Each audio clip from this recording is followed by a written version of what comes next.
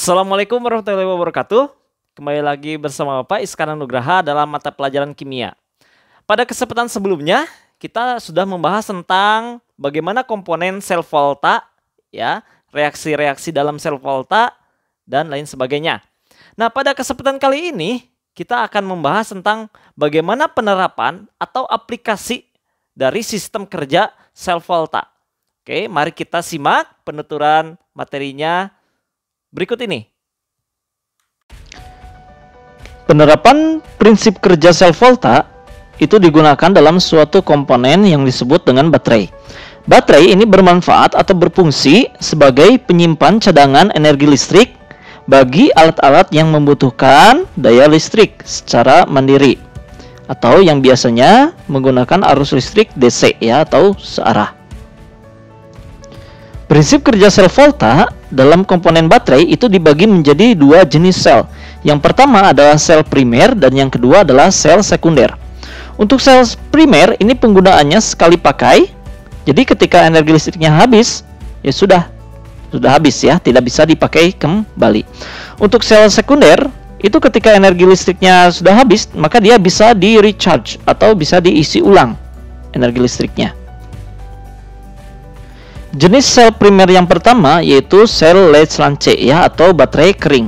Nah, ini contoh gambar salah satu produk dari baterai kering, ya. Baterai jenis seperti ini banyak digunakan oleh masyarakat. Komponen yang terdapat pada baterai kering, ya, yang pertama katodanya menggunakan karbon, anodanya menggunakan seng, ya. Elektrolitnya menggunakan pasta salmaniak, ya. Ini campuran dari amonium klorida, ya, dan mangan oksida serta karbon. Untuk NO tiap selnya itu kisaran 1,5 volt, ya, atau tegangan listrik yang bisa dihasilkan dari baterai kering yaitu 1,5 volt. Nah, ini merupakan salah satu contoh ilustrasi gambar, ya, dari komponen baterai kering, ya. Ini ada batang grafitnya, ya, atau karbon, ya, sebagai katoda, ya. Ini adalah dilindungi oleh seng, ya, sebagai anoda, ya, dan di dalamnya ada pasta salmaniak, ya, yang berfungsi sebagai elektrolit. Dan berikut adalah reaksi pada sel baterai kering, ya, di mana di katoda terjadi reaksi reduksi pasta salmaniaknya, sedangkan di anoda terjadi reaksi oksidasi sengnya. Kemudian jenis dari sel Leclanché yang lain yaitu baterai alkalin. Nah, ini salah satu contoh gambar, ya, dari salah satu produk baterai alkalin. Komponen yang terdapat pada baterai alkalin, ya, di katoda ada karbon, di anoda ada logam seng, ya. Untuk elektrolitnya menggunakan kalium hidroksida atau KOH yang bersifat basa. Untuk tegangan listrik yang dihasilkan di tiap selnya itu sebesar 1,5 volt. Dan ini adalah reaksi yang terjadi pada baterai alkalin. Kita lihat sendiri dalam baterai alkalin, reaksi yang terjadi itu bersuasana basa, ya, karena mengandung OH-, ion OH-. Lalu apa perbedaan antara baterai biasa dengan baterai alkalin?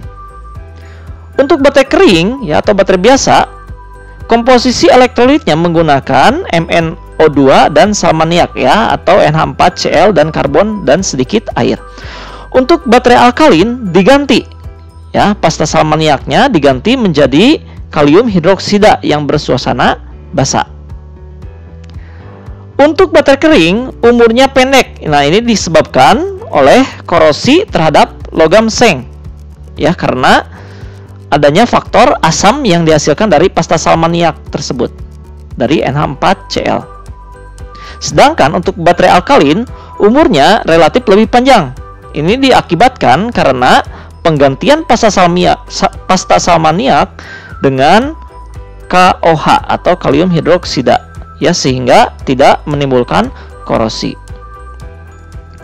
Kemudian untuk baterai kering umumnya dipakai pada peralatan yang menggunakan arus listrik lebih kecil, ya, misalkan kalkulator.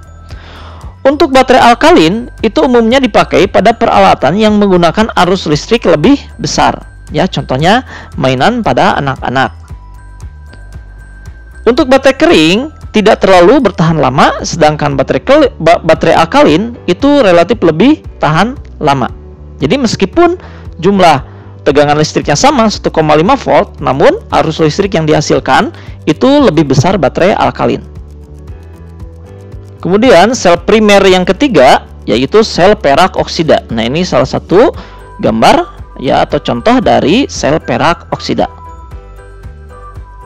Komponen yang terdapat pada sel perak oksida ya di katoda terdapat perak oksida atau Ag2O, di anoda ya itu ada logam seng. Untuk elektrolitnya menggunakan kalium hidroksida atau KOH ya, ini sama dengan elektrolit yang ada pada baterai alkalin.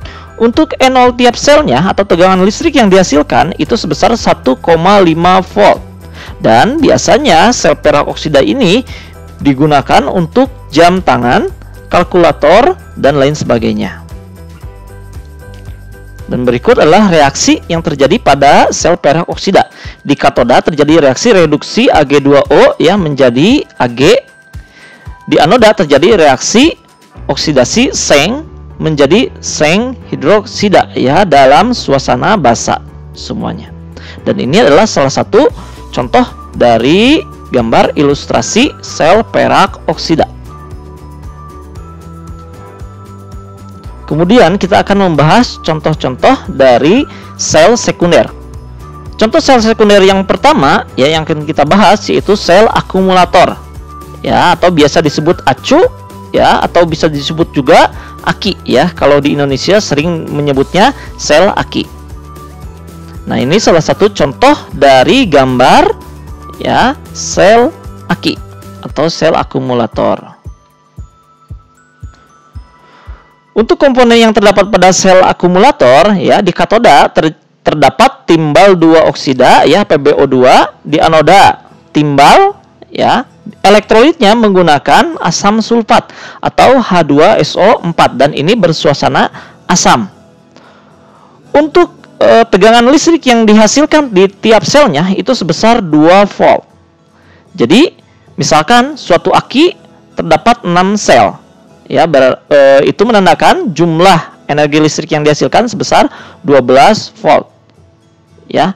Nah, jika sel aki tersebut memiliki 12 sel ya, maka tegangan listrik yang dihasilkan yaitu sebesar 24 volt. Dan ini merupakan salah satu contoh dari gambar ilustrasi sel akumulator ya. Nah, di sini ada terminal positif ya atau kutub positifnya ya atau katoda, dan ini ada terminal negatif ya atau anoda. Dan ini adalah satu unit selnya. Ya, kita bisa hitung ini 1 unit sel, ini 2 unit sel, 3 unit sel, dan seterusnya.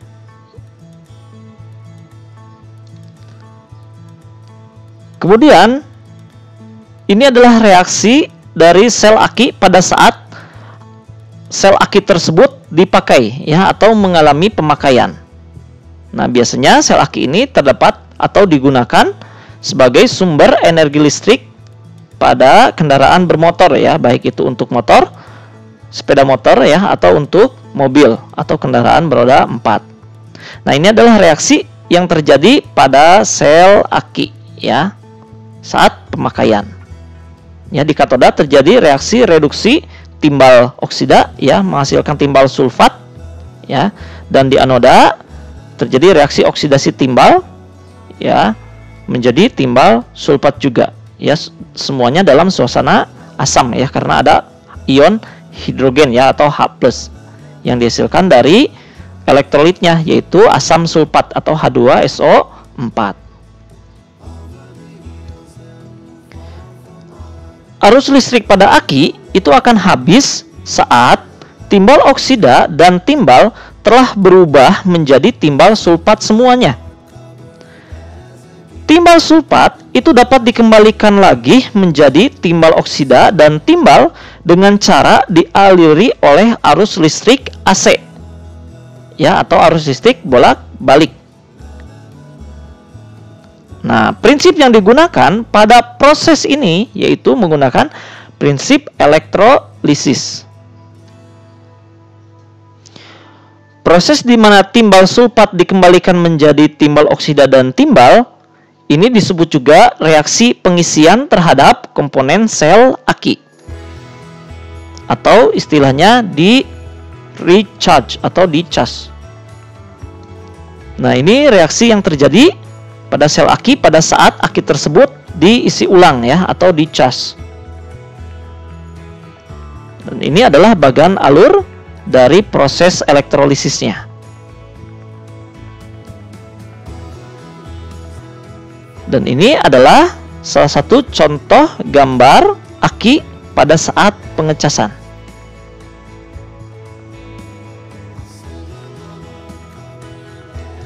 Pada saat ini, jenis aki yang kita kenal itu ada dua jenis. Ada aki kering dan aki basah. Ini salah satu contoh gambar dari aki basah, dan ini salah satu contoh gambar dari aki kering. Lalu apa perbedaan dari aki kering dan aki basah? Nah, kita lihat dari beberapa aspek. Yang pertama, dari jenis elektrolit. Untuk aki basah itu menggunakan larutan encer H2SO4 atau asam sulfatnya berbentuk encer fasanya. Ya. Nah, untuk aki kering, jenis elektrolitnya itu lebih padat atau berfasa gel.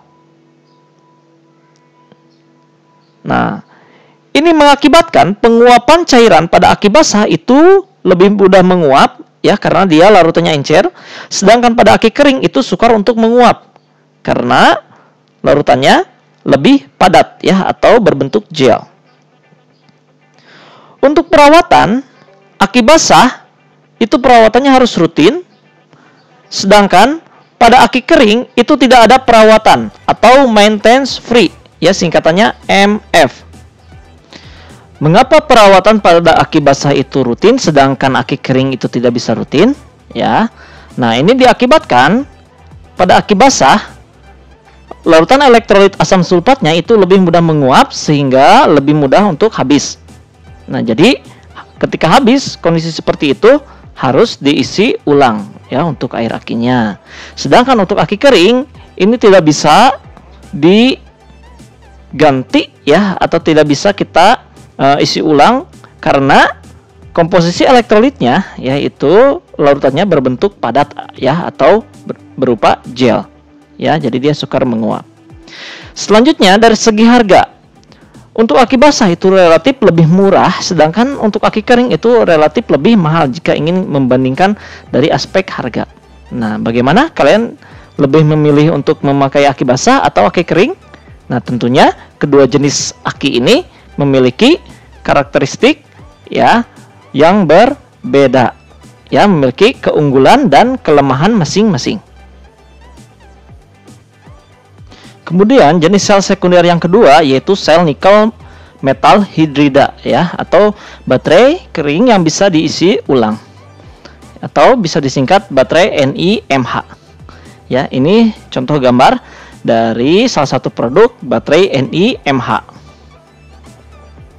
Komponen yang terdapat pada sel NiMH ya, katodanya menggunakan nikel hidroksida, anodanya menggunakan Mh ya, metal hidrida merupakan paduan logam yang dapat menyerap hidrogen. Untuk jenis elektrolitnya menggunakan kalium hidroksida ya, KOH dalam suasana basa ya. Untuk potensial tiap selnya ya, potensial selnya itu kisaran antara 1,2 volt ya, 1,4 volt atau bahkan ada yang 1,6 volt. Jadi tergantung dari kapasitas yang diperlukan dalam baterai NiMH tersebut. Baterai NiMH ini merupakan pengganti dari baterai jenis NiCd ya, yang bebas kadmium, karena kadmium yang terdapat pada NiCd ini berpotensi untuk mencemari lingkungan dan beracun ya. Nah, dan energi yang dihasilkannya justru lebih besar daripada NiCd. Jadi sekarang untuk baterai isi ulang ya, itu menggunakan NiMH. Nah, ini reaksi yang terjadi pada sel NiMH.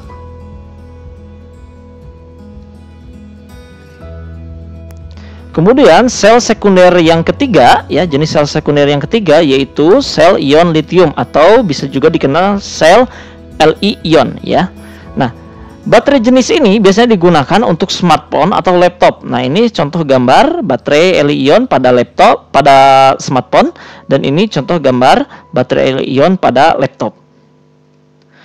Komponen yang terdapat pada baterai Li-ion, ya, di katodanya terdapat litium mangan oksida, ya, dan di anodanya terdapat litium dalam grafit. Untuk elektrolitnya mengandung litium perklorat dalam etilen karbonat. Jadi semua komponennya mengandung atom litium. Untuk potensial tiap selnya, ya, menghasilkan tegangan listrik 3,0 volt atau bisa lebih, ya, dari ini tergantung dari produsennya. Nah, ini adalah reaksi yang terjadi pada sel Li-ion, ya, atau baterai Li-ion.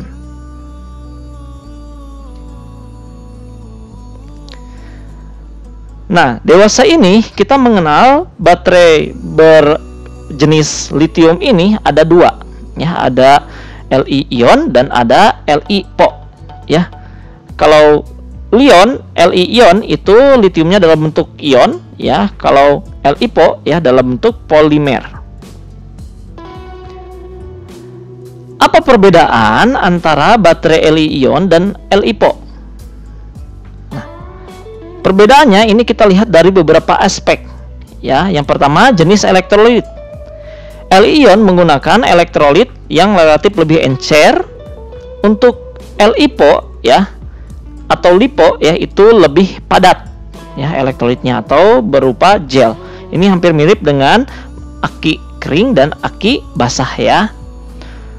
Untuk kandungan elektrolitnya, Li-ion, ya, itu mengandung litium perklorat, ya, sedangkan Li-po, ya, mengandung litium besi fosfat. Energi yang dihasilkan untuk Li-ion lebih besar, sedangkan Li-po itu lebih kecil. Dari segi ukuran, Li-ion lebih tebal, sedangkan Li-po itu lebih tipis. Untuk spare part, ya, Li-ion mudah diganti, sedangkan Li-po itu sulit diganti, ya, atau istilah kerennya yaitu baterai tanam. Untuk aspek ketahanan panas, Li-ion itu mudah terbakar, sedangkan Li-po tidak mudah terbakar. Untuk ketahanan terhadap penggunaannya, Li-ion itu mudah habis, ya, sedangkan Li-po itu tahan lama. Nah, ini perbedaan dari Li-ion dan Li-po. Nah, kalian pilih yang mana? Li-ion atau Li-po? Masing-masing memiliki keunggulan dan kelemahannya. Namun, dewasa ini penggunaan Li-po itu lebih banyak dipakai, ya, di industri. Baik itu industri smartphone atau industri laptop. Kenapa? Karena ukuran dari baterainya bisa disesuaikan dengan ukuran laptopnya. Jadi jika ingin smartphone-nya atau laptopnya lebih tipis, maka penggunaan baterai Li-po ini disarankan untuk digunakan. Oke, terima kasih. Pembelajaran kali ini cukup sampai sekian. Jangan lupa kalian tetap semangat dalam menjalankan BDR ini.